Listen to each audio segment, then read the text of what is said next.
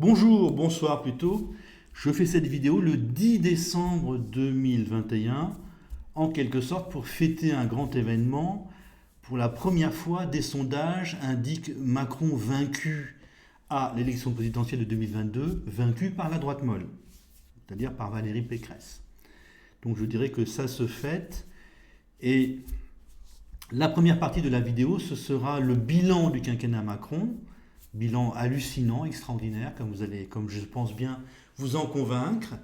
Et la deuxième partie sera consacrée donc à ce que signifie, aux conséquences, à ce que signifie la possibilité pour Macron d'être face à Valérie Pécresse au second tour de la présidentielle. Donc, première partie, un quinquennat extraordinaire. Vous avez eu les Gilets jaunes, donc il a réveillé les Français pauvres, hallucinant.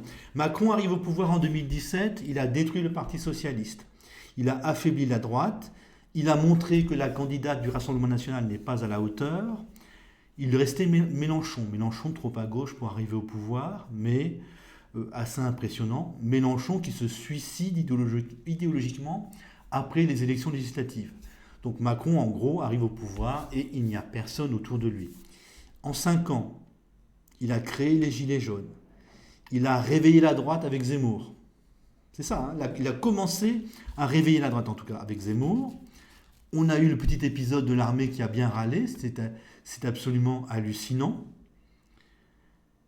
Vous avez eu quelque chose d'extraordinaire aussi, c'est la gauche de jeunes, le camp Mélenchon et le camp des Verts, c'est la gauche de jeunes. C'est un électorat de second tour qui vire à la folie, hein, il vire au racisme anti-blanc et au soutien à cette religion qui nous fait tous peur. Donc, c'est un électorat de second tour pour lui, pour Macron. Il l'a laissé dériver complètement. Il n'a même pas essayé de casser la dérive folle. Donc c'est du wokisme, comme on dit, wokisme plus racisme anti-blanc, plus féminazisme par exemple. Il n'a même pas essayé de rattraper cette jeunesse de gauche qui vire à la folie. Et en cerise sur le gâteau, donc, il a réparti les migrants et les demandeurs d'asile à peu près partout en métropole, avec peut-être une volonté de rattraper les retards selon les régions. Or, la gauche, ce sont des régions avant tout avec peu d'immigration. Donc, si vous envoyez des migrants et des demandeurs d'asile dans les régions qui votent à gauche, la gauche mécaniquement perd des électeurs. Donc, et ça vous montre qu'ils n'ont rien compris. Ils ne comprennent pas ce qui se passe. La gauche, en envoyant des migrants et des demandeurs d'asile en Bretagne, va perdre des électeurs en Bretagne. La Bretagne vote massivement à gauche ou massivement Macron, non pas parce qu'ils sont antiracistes, mais parce qu'il n'y a pas beaucoup d'immigration en Bretagne. La Bretagne, c'est la région peuplée où il y a le moins d'immigration. Donc la gauche, vous voyez, nous fait ce merveilleux cadeau de se suicider. Donc, on démarre sur en quelque sorte, un quinquennat, il n'y a plus personne devant lui. Il réveille les Français pauvres, il commence à réveiller la droite, il laisse la gauche virer à la folie, et il détruit les fondements de la gauche par l'immigration. C'est un résultat extraordinaire. Alors, au fond, qu'est-ce qui se passe? On a touché le fond. On est allé tellement loin dans l'inacceptable que les Français pauvres se réveillent, que la droite se réveille, que la gauche a commencé son affaiblissement définitif. Donc la gauche, pour moi, Macron, c'est la gauche de vieux, et Mélenchon, Jadot, les Verts, c'est la gauche de jeunes. Donc cette gauche de jeunes, en allant à la folie, confirme aussi l'accélération de la fin de la gauche. Ce que nous vivons, en fait, durant ce quinquennat, c'est un renversement total des tendances lourdes. La gauche a commencé son déclin, les Français pauvres ont commencé à bouger, et la droite a commencé à se réveiller. C'est ça l'extraordinaire bilan du quinquennat Macron. On a commencé à complètement inverser les dynamismes. C'est vraiment ça a commencé, mais c'est du fondamental. Hein. Comme je disais avant, souvent, c'est lent, hein, c'est lourd. Je ne sais pas comment je disais, lourd, lent et irrésistible. C'est irrésistible. Hein. C'est pas Zemmour qui est le grand méchant qui va convaincre 13 ou 14% des gens, c'est 13 ou 14% des gens de droite qui en ont vraiment marre de cette immigration et qui se sont trouvés quelqu'un pour lequel voter. Donc voilà, c'est un bilan vraiment soulageant. La soumission, j'avais dit qu'on n'était pas soumis, que c'était une certitude raisonnable. Cette fois-ci, nous ne sommes pas soumis, je parle en général, nous ne sommes pas soumis, c'est une certitude. Là, on peut dire que c'est une certitude. Vous vous rendez compte, la droite se réveille enfin.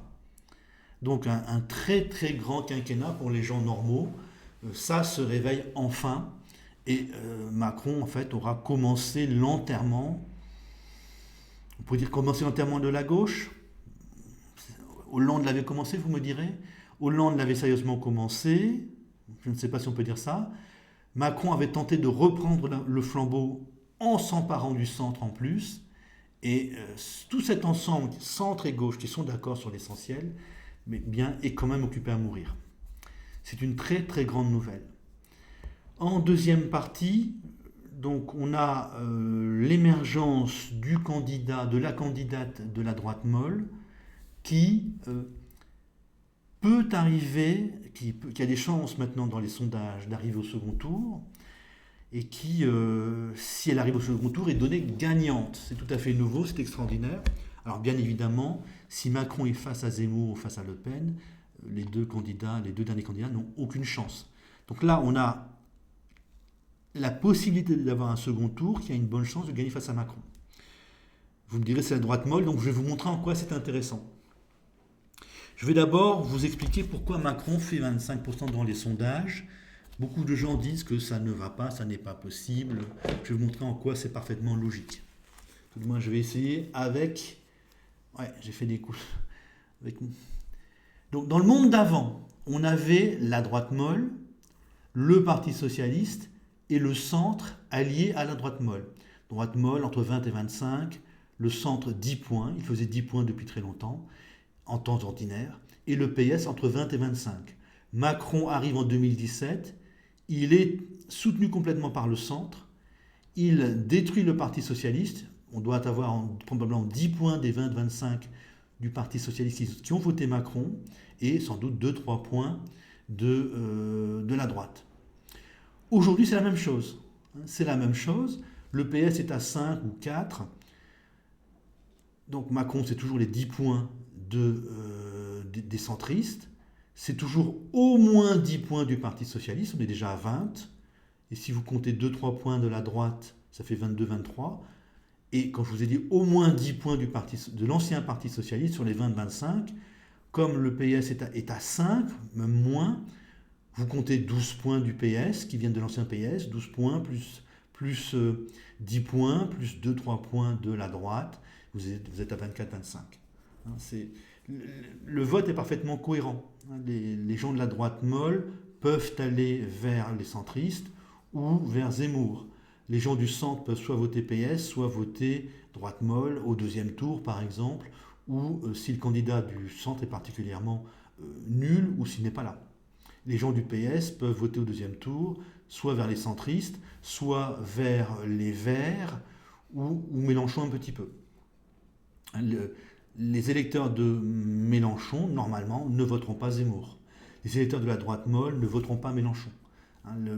L'élection est très cohérente. Donc voilà pour les 20-25%, les 25% de Macron dans les sondages. C'est tout à fait logique, il n'y a pas besoin de faire l'hypothèse d'une tricherie. Alors, on vient d'avoir la primaire, ça s'appelle comme ça, le choix de Valérie Pécresse à la primaire.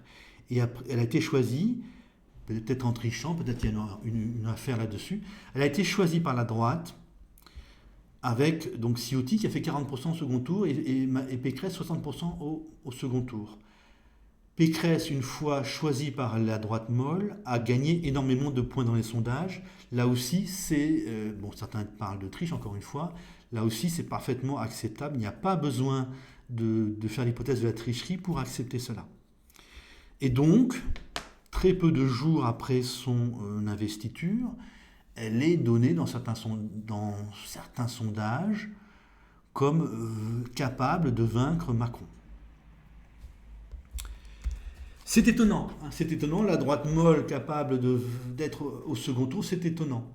Je vous remonte le scénario d'aujourd'hui. Donc Macron, 24%, le PS à 5%, la droite molle à la base plutôt autour de 14% avant Pécresse. Donc ça se passait comment?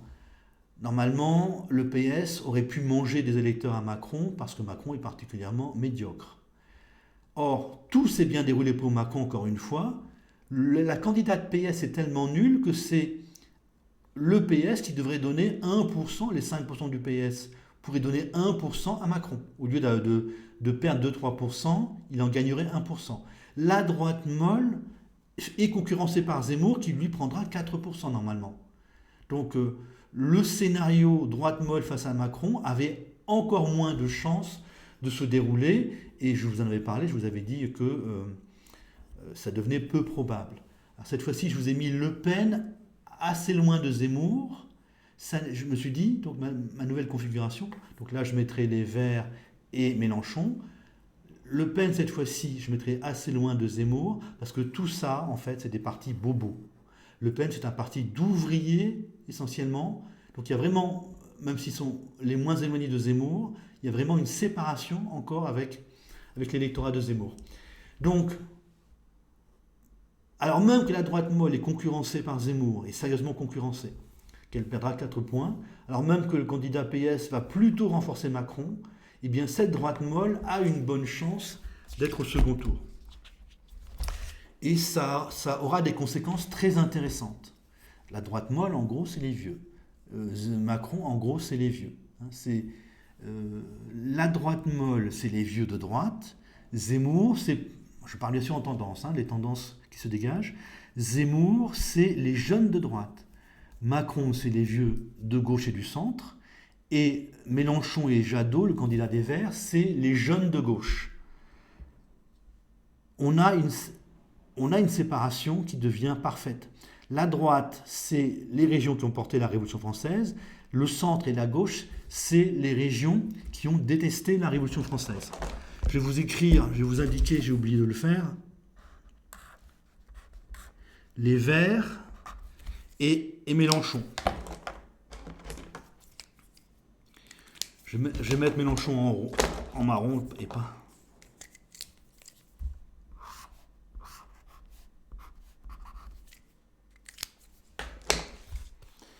Donc voilà la configuration pour l'élection de 2022. Donc Macron, qui est certain d'être au second tour, et la droite molle, le Z et Le Pen, qui ont une chance d'être au second tour.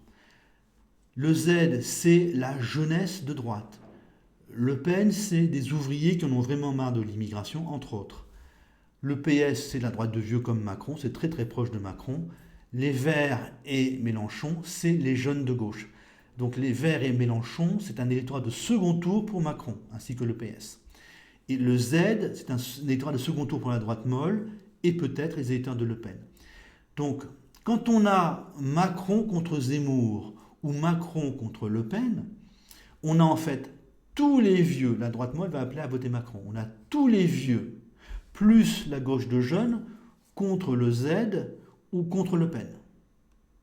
Le Z et Le Pen pourraient avoir fusion, enfin, certains électeurs du Z vont voter Le Pen ou inversement, ce ne sera pas parfait.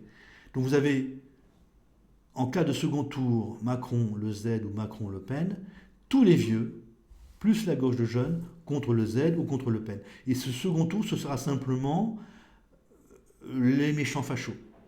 On va avoir 15 jours en face, c'est des méchants fachos.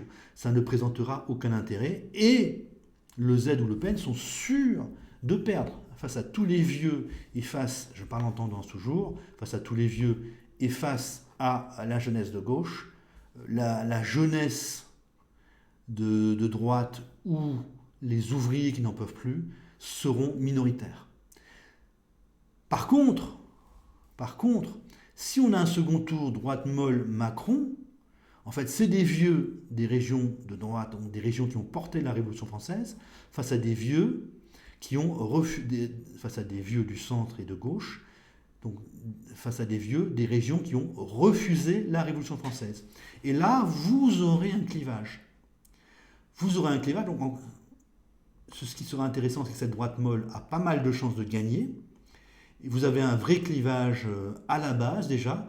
On le sentira probablement vers la fin de la campagne électorale si Pécresse a la dynamique pour elle, si elle a confiance à arriver au second tour.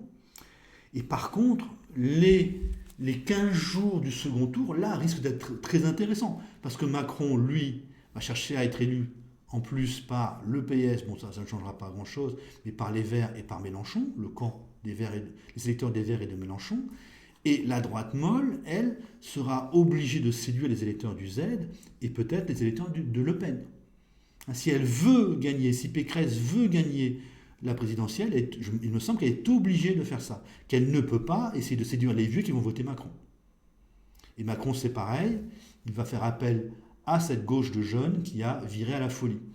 Donc, on n'aura pas un débat stérile. On n'aura pas les méchants fachos en face, avec une certitude de gagner pour les vieux et les jeunes de gauche. On aura les vieux de droite qui vont faire appel aux jeunes de gauche, qui vont essayer de convaincre on aura, durant les 15 jours de l'entre-deux tours, les vieux de droite qui vont essayer de convaincre les jeunes de droite, donc des gens qui en ont vraiment marre d'une certaine immigration, et ça risque d'être intéressant, d'autant plus qu'il y a Ciotti à l'intérieur de la droite molle. Donc ça risque d'être un discours assez clair autour d'une certaine immigration. Et inversement, Macron, lui, va essayer de convaincre les gens qui ont voté Mélenchon ou Vert au premier tour, qui, eux, sont complètement fous, sont des extrémistes, mais des extrémistes du racisme anti-blanc, qui ont commencé à aller vers l'antisémitisme, qui soutiennent le bouddhisme radical. Donc cette alliance Macron et gauche de jeunes est extrêmement malsaine. C'est beaucoup moins cohérent que l'alliance droite molle et droite Z. Donc on aura quelque chose d'intéressant. Ça va affaiblir Macron de toute façon, à la fois en électeurs, parce que si vous voulez attirer des jeunes de gauche complètement fous, vous devez leur dire des choses, mais ces choses, ce que vous direz, vont faire peur aux électeurs centristes de Macron qui pourraient aller à la droite molle. D'une façon ou d'une autre, si Macron n'ose pas plaire aux jeunes de gauche, il ne les aura pas. Vous voyez, il est un peu coincé. On aura quelque chose qui sera peut-être très intéressant. Donc, la droite molle, pour le second tour, devra avoir un discours clair sur notre regard sur les Norvégiens et les Suédois, parce que ça va être ça, puisque personne ne veut lutter contre le chômage et la pauvreté. Et Macron, lui, devra séduire les centristes et la gauche de vieux, gauche de jeunes, dans ce regard des Norvégiens et des Suédois. Alors la gauche, c'est la délinquance, le racisme anti-blanc et le bouddhisme radical, plus l'immigration de masse. Vous imaginez donc les 15 derniers jours où les uns disent « je vomis la France, il faut faire venir plein d'immigrés, la délinquance c'est acceptable », et la droite qui dit « il faut arrêter l'immigration, il faut assimiler ». Il faut assimiler et cette religion pose problème. On risque d'avoir un second tour très très intéressant. Et comme, en plus, donc, pour les élections législatives qui vont suivre, Pécresse aura probablement toujours besoin des électeurs du Z et des électeurs de Le Pen, peut-être que ça va continuer. Ce discours et cette pratique possible d'une politique universaliste, assimilation plus arrêt de l'immigration, plus méfiance vis-à-vis de cette religion, ça pourrait continuer. Parce que, donc, tout simplement parce que les électeurs de Zemmour et de Le Pen sont maintenant un électorat de second tour pour Pécresse. Le second tour pour toutes les élections qui vont avoir lieu entre 2022 et 2027. Et si Pécresse a pour objectif de faire 2 quinquennats, elle devra les ménager continuellement. Donc on pourrait avoir des ministres de droite dure avec Pécresse, qui peut-être vont faire quand même certaines choses. Il est possible que cette droite Zemmour, cette droite Le Pen, ait un poids assez important chez Pécresse. Les électeurs de Pécresse n'ont pas spécialement envie de délinquance, d'immigration de masse qui fait peur, de religion qui fait peur, de sociétal fou. Donc, alors même si on a un second tour Macron face à la droite molle, ça peut être intéressant parce qu'à la fois il y a une possibilité de victoire qui n'existe pas si c'est le Zem ou Le Pen qui arrive au second tour.